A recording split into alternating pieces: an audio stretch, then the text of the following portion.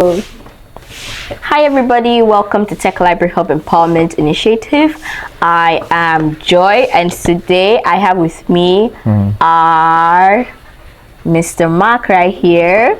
So today I want to ask him a series of questions about apprenticeship and his apprenticeship journey. Okay. And Mr. Mark, I hope you're ready. Yes, I'm ready. Okay, let's dive in. Okay, first question. What does apprenticeship mean to you personally? That's a wonderful question.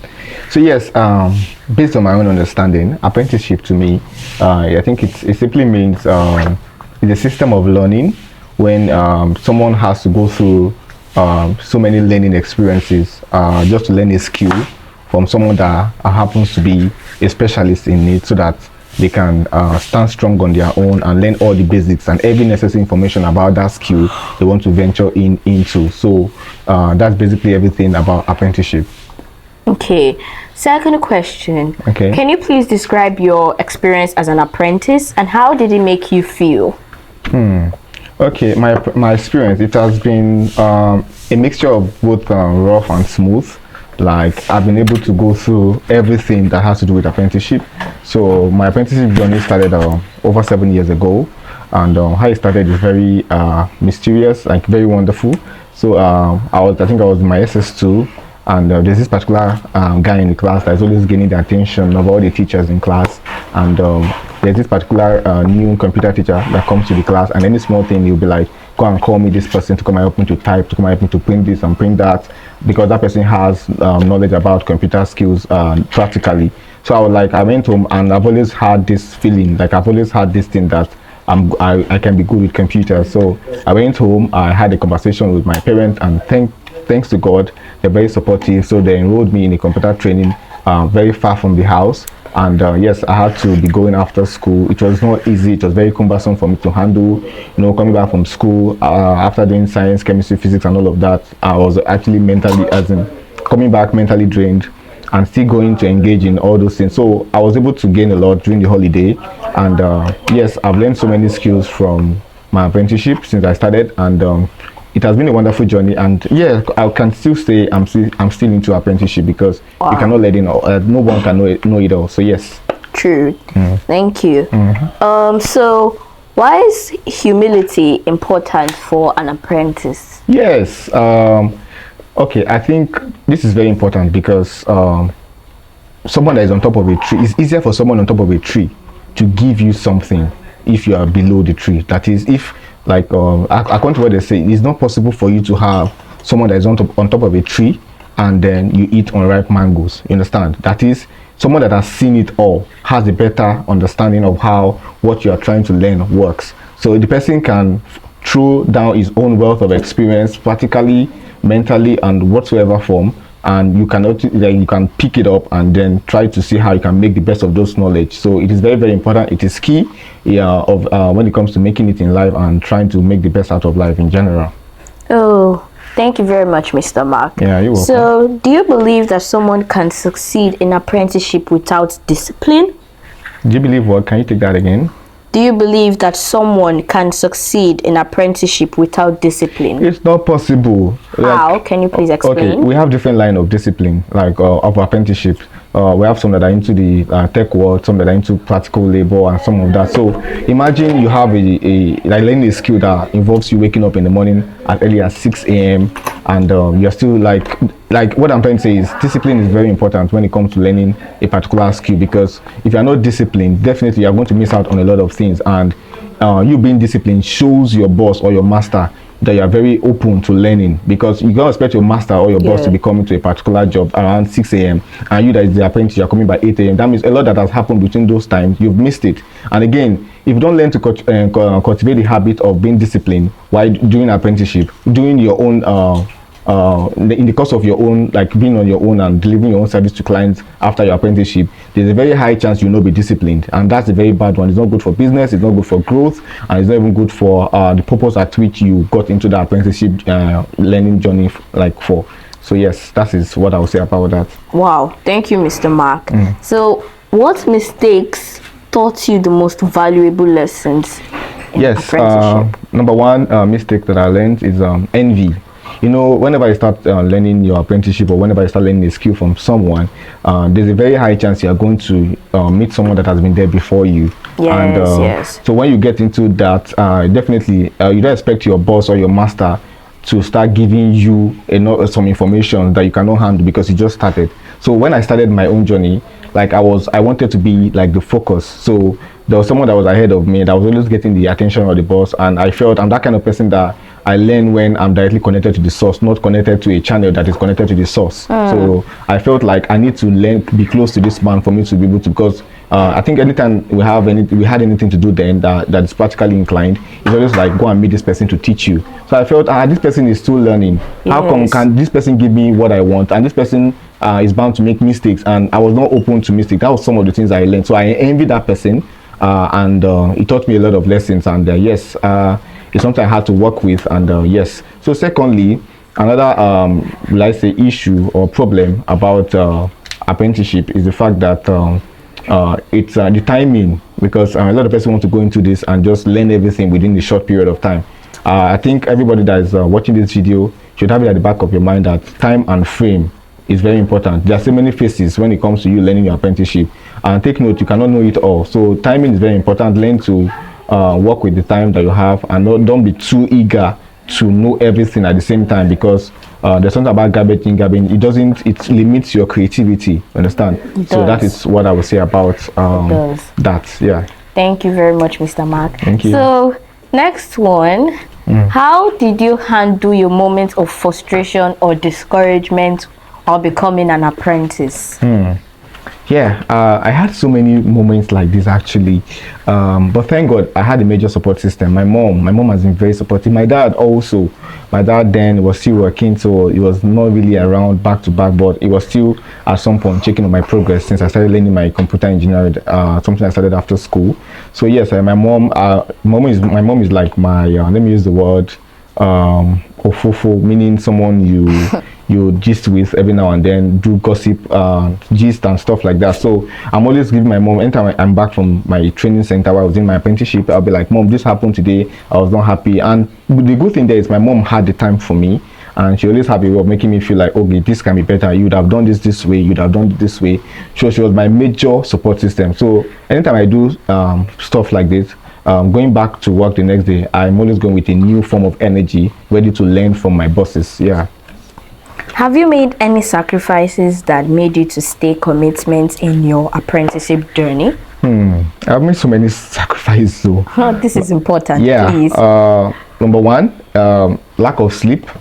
Yes, because the kind of work I got involved in, sometimes it will rob you of your sleep, and you cannot complain. That's the funny part about it. You can't complain. You're the one who said you wanted to go into. Yes, but I was not informed. Like, I'm making a strong case here because I got involved, but nobody told me that sometimes you have to stay up till 1 a.m., 2 a.m. for you to be able to function efficiently. So that's something I had to work with. I think it got to a point, like moving on, that I got so used to it that I even found like I don't want to sleep. Like, I'm even struggling to sleep these days because I feel like one information or something is passing by, and I just need to stay up every now and then. So that was one of the things I struggled with. And then secondly, what I struggled with is the fact that then when I told you I was in secondary school and I started my journey in apprenticeship, so the place where I was, or will I say my family house, and my abode was very like distant from the place I was learning. So sometimes I had to trek, and my parents normally they do give me transport fare, but a guy has to save money, a guy has to survive, and I used to put it inside I used to keep it. I was good. My mom taught me how to save money, so I had this small box. I was keeping my money inside, so I rather prefer to trek. And one of the things I benefited from this particular activity is that some of those guys that were there before me, we trekked home together. So I used to ask I used the opportunity to ask some questions that my boss couldn't give to me. I'll be like, okay, how are you guys able to do this servicing? How are you able to troubleshoot this system? We were just asking those questions, and to them, it was another way of bonding relationship. So I was building relationship with them. And there's one thing, there's this thing about life. You don't have a good relationship with people that you're learning from, definitely they will not want to pour their all into you. So you stand, you are the one that will lose. So you stand a better chance of learning what you want to learn at a faster rate when you're very close to those persons that are pouring into you. So that's what I would say about that. Thank you. Thank you very much, sir. Yeah. So do you think that apprenticeship is still relevant in today's digital world, and why? Okay, that's a good question. Apprenticeship is very, very important. If I have my way, I think I would say it's better for someone to go through the apprenticeship thing than going through school. Yes, I know a lot of you will be taken aback from what I just said. Yes, apprenticeship doesn't just teach you about that skill; it teaches you discipline. Because whenever you're being handed over to your master, whether a male or a female, to learn a particular skill, particular trade, whoever you are being handed over to has the liberty to instill in you discipline that can change your life forever. Because there are a lot of things that our guardian or our parents would like to condone because we are staying with them out of the love they have for us. For instance, if you happen to not be prudent with the money they've given to you in school, your mom or your dad or your guardian can overlook it, but your master will make you see reasons like how this can affect your business or your trade. So Yes. There's this direct impact when it comes to what they try to give to you during your course of your apprenticeship, and nobody will give it to you. So it's something that is very, very important. So that's the reason why I'm saying apprenticeship is like a little bit better than education. But if you can have the both of them, beautiful. Thank you very much, Mr. Mark. My last but not the least question. Oh, okay, you're almost done. Okay. So, if you could start your apprenticeship journey again, what would you do differently? That's a wonderful question. I've never even thought of it like this before. Okay, if I should go through another apprenticeship journey, like if I should start it, Yeah. what would I do differently? I think number one, like I said, I won't envy those that were there before me. Like, because that thing reduced my learning rate. Like it affected me, and although I had to adapt to the system, but I'm that kind of person that is very inquisitive when it comes to I want to learn more. I want to go extra mile to learn it. So that's one thing I will not start with. Then secondly, I think I will try to see how I can strike a balance between homework and the place I was learning, like the place I was learning my apprenticeship, work from the office and stuff.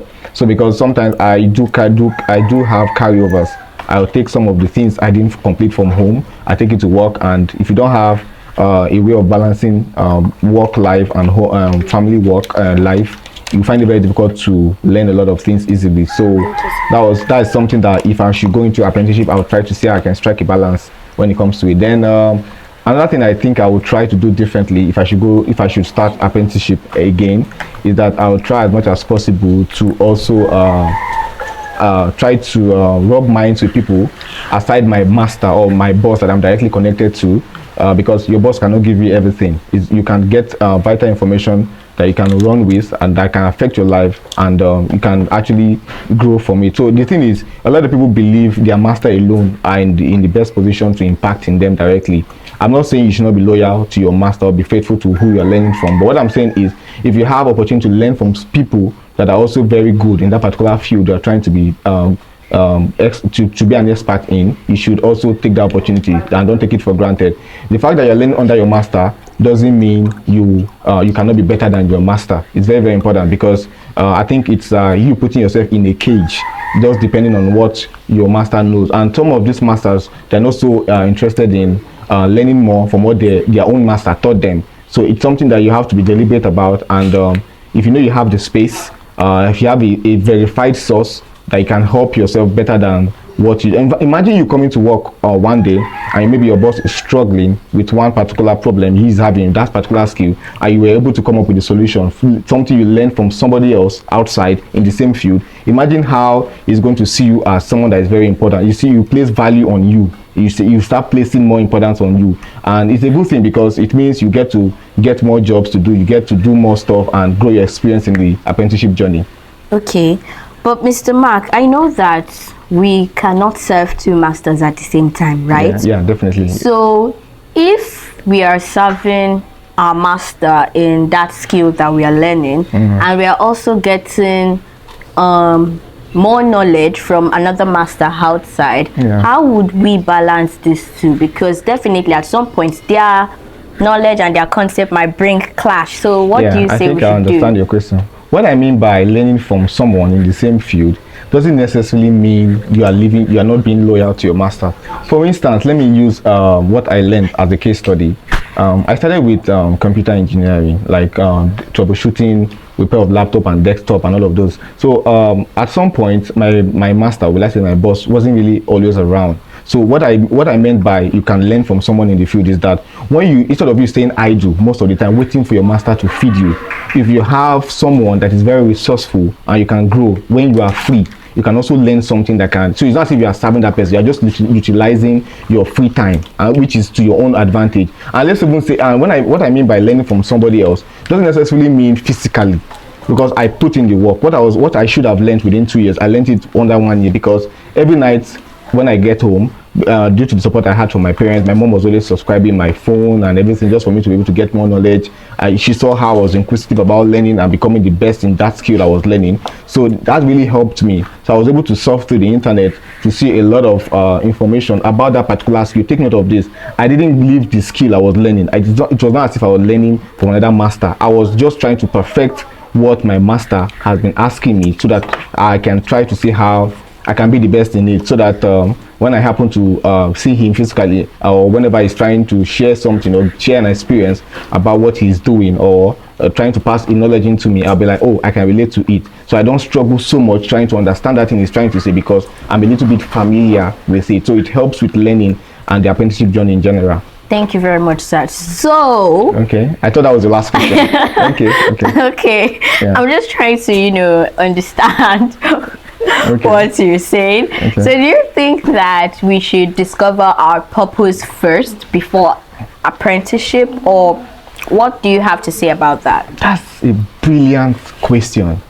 If you notice what I said I was in secondary school and I was envious of someone that was gaining their attention. So the thing is, I had the love for it. That means I have started discovering my purpose. So I didn't do what I did because I was trying to copy somebody, or I didn't know my purpose. And this is something that has affected a lot of persons, because there's this thing about competition, this thing about trying to become the best version of themselves, and this has pushed them into living what God has imputed in them to bring out the best in them. So I don't really think it's a good idea for someone to discover purpose using another person as a case study. I think it's very important that you learn, you grow into what God has given to you, because every human being on earth has been given one particular skill. Yes, God is the manufacturer. There's this thing that God has embedded in you that you can, if you have the opportunity to put in the work, you can bring it out and it can manifest positively in your life. So that's what I would say about that question.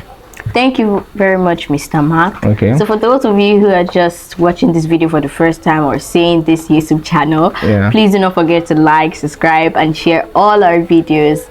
Love you. Bye. Bye.